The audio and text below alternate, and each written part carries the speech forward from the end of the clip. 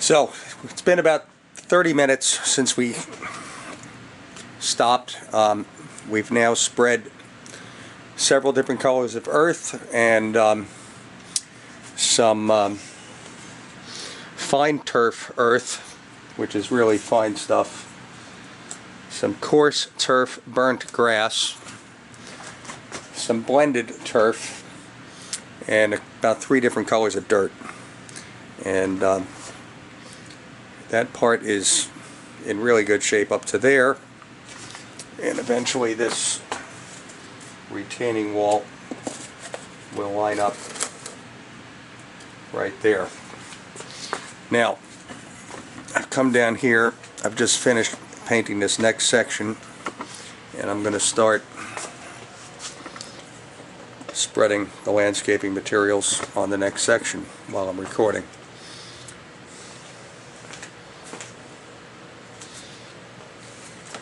So we start with dirt, and it's, from the yard. Well, it's not from the yard. This is some dark potting soil that I sifted and microwaved.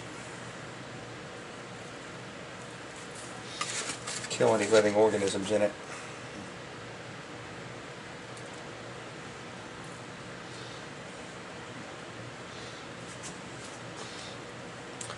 Paint's been down maybe just a few minutes.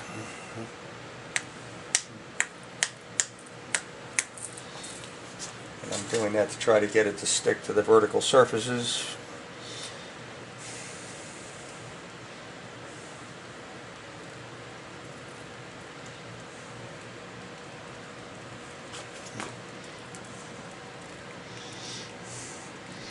And I'm not covering everything uniformly.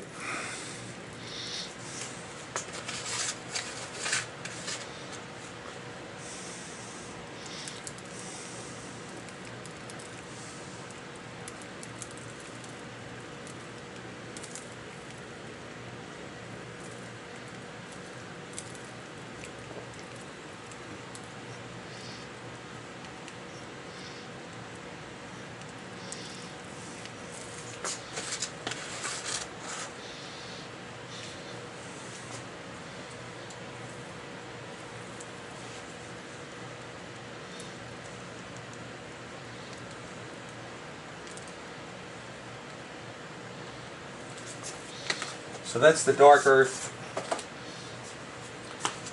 This is another ground cover earth. I'm not sure what this is. A little bit richer brown.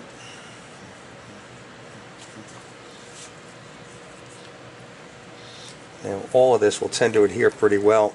Generally I come back and I'll just spray it with scenic cement, or my homemade version of scenic cement, which is matte medium white glue and water mixed together.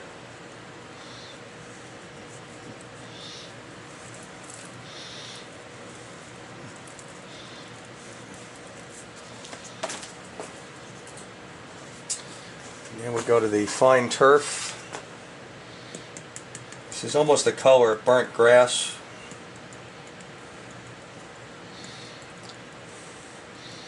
And the gentleman who I learned to do this from, he's got some really good YouTube videos. I've referenced him in my other YouTube videos. Colorado, oh, I'll have to get the name again.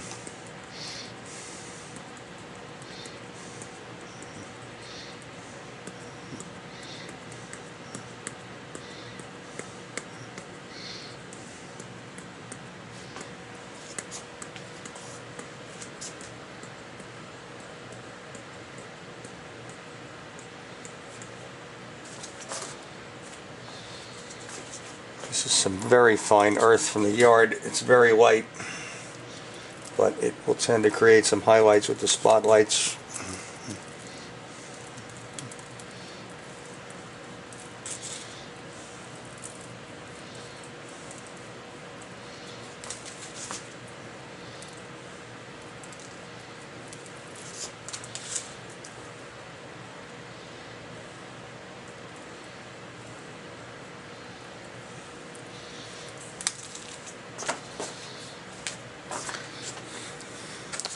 This is some very old lifelike earth, a little bit more in the red family. And then we'll start putting down the greener grasses.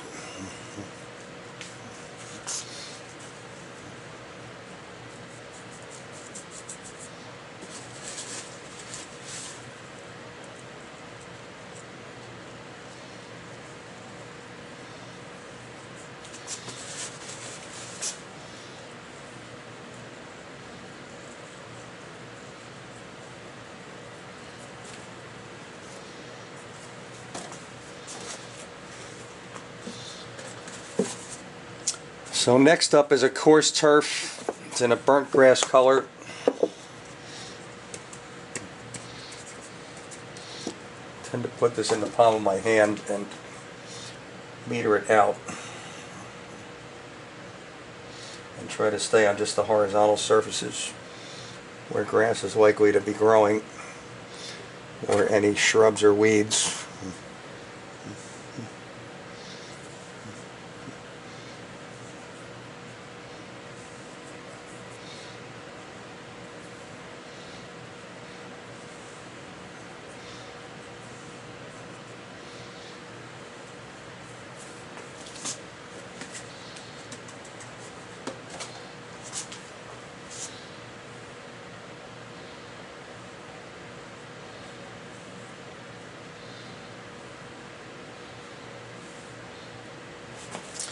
Now that I have a static grass gun, I will probably come in here and do some small areas of static grass, particularly on the crowns of these hills.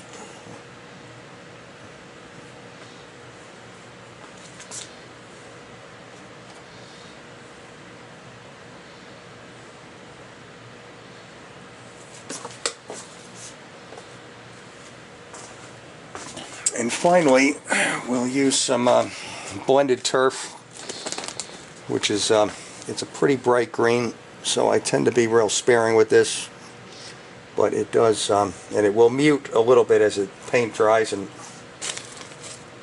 tends to soak this up, but it will put a little bit of green into the vegetation. I'm not looking for lush green vegetation in this area, as it's a grade between two main lines. But I wasn't looking for the flat, straight grade either.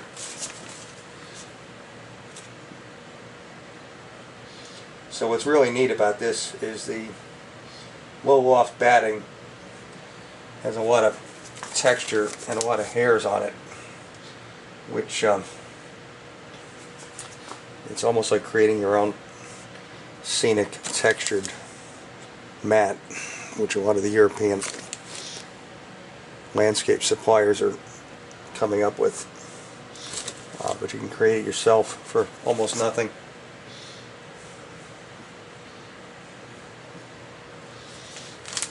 So that's good enough for the moment. So we'll just zoom in on this, and again, the retaining wall sits in this hole.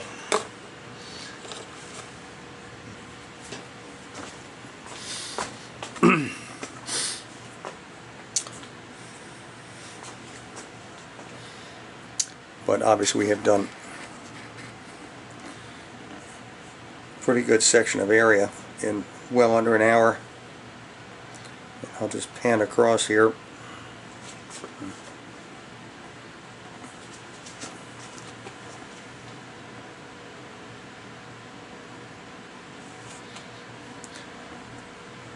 This strip of wax paper that is sticking out of the scenery right behind the signal head, I put wax paper in there because it's a break and I want them not to get glued and painted together, but I want a tight seam, so when everything dries I'll just separate them, pull the wax paper, and I should have a fairly invisible seam.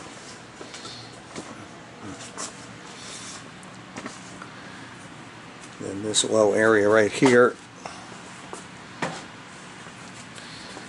is going to accept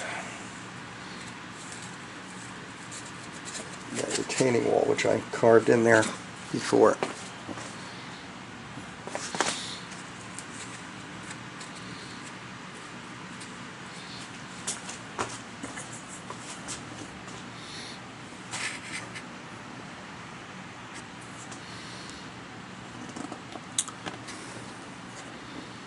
So I'm a big fan of this method. I haven't been down here an hour since we started, but it's not so much about the time. I'm really thrilled with the quality of the results. I think it's great looking scenery. It's not fragile, and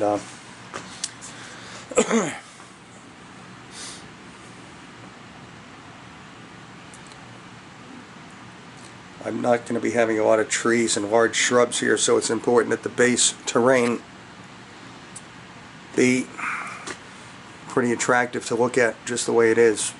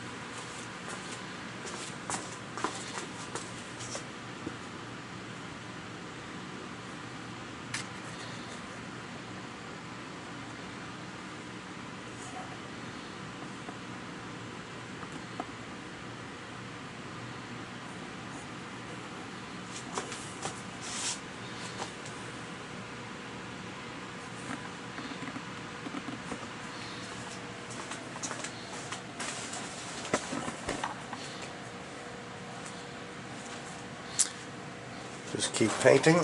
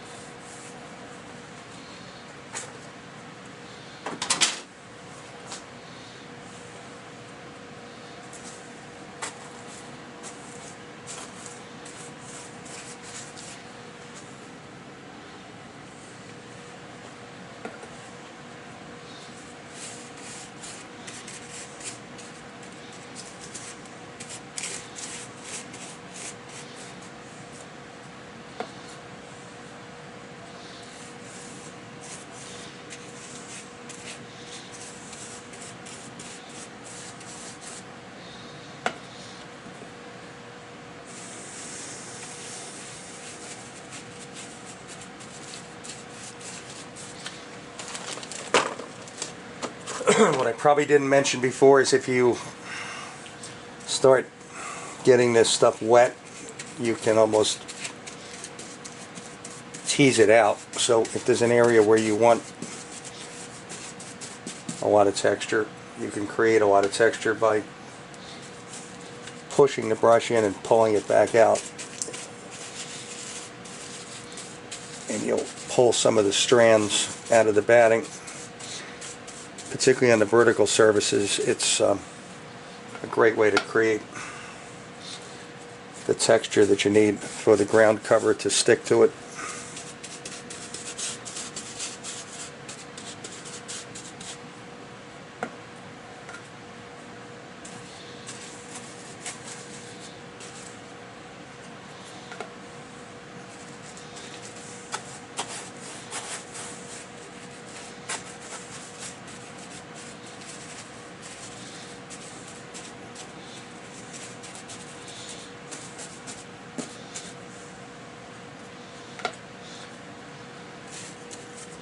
And I know the last time I did this and described it, one of the comments was how much paint it uses. Just so you know, I'm down here at the other end of this. This is probably a 7-foot section, 8-foot section. And I'm not even a quart of paint at this point out of a gallon. So while it appears that I'm pouring paint on it, and I am using a lot,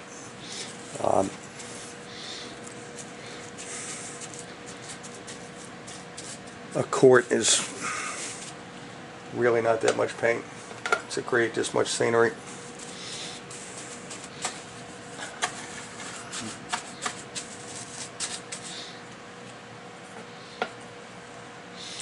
There's going to be another retaining wall up at this end, so I'm not going to cover this entire vertical surface. Just want to get over the hump.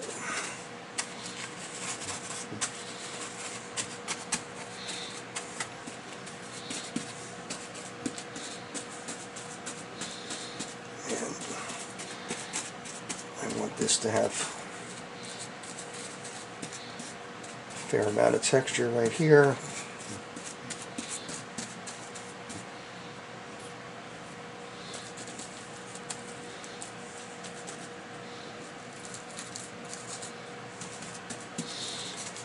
There's another block retaining wall behind that wax paper, and I'll pull the wax paper when everything is done and dry.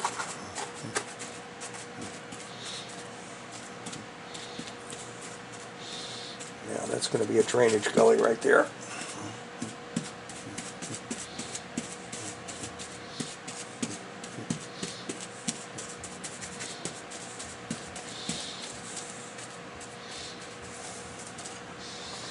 Okay, so one last time, start with the dirt. Need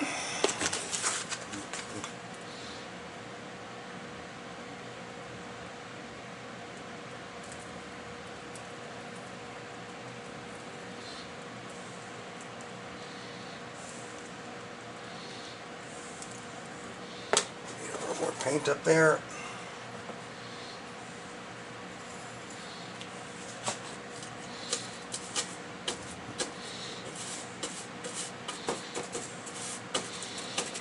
No point having a bald spot.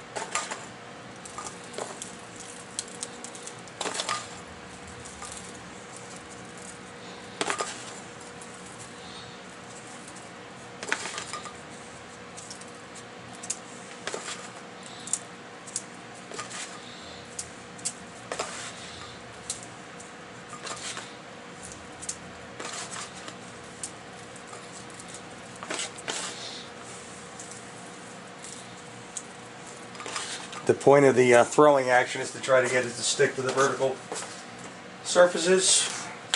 Certainly not show up my throwing arm. Again, this is the fine turf, earth colored.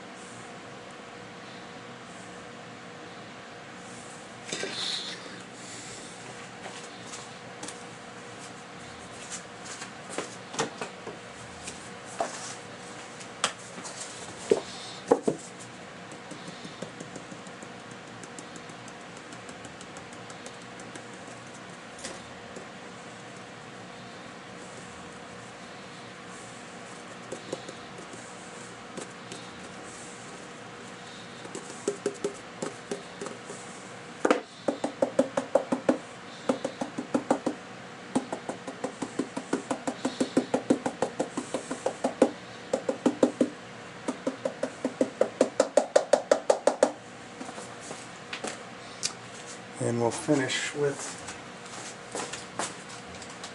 the fine turf, which is a very bright green, so I really go sparingly with this, but I probably said that already. It's almost a spring green.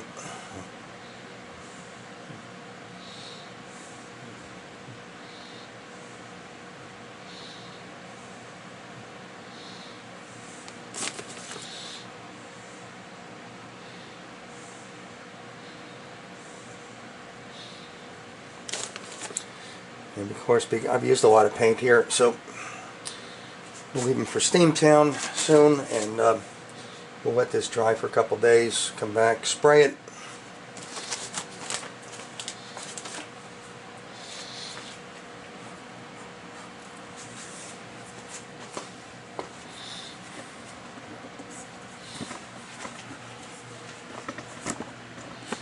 And voila!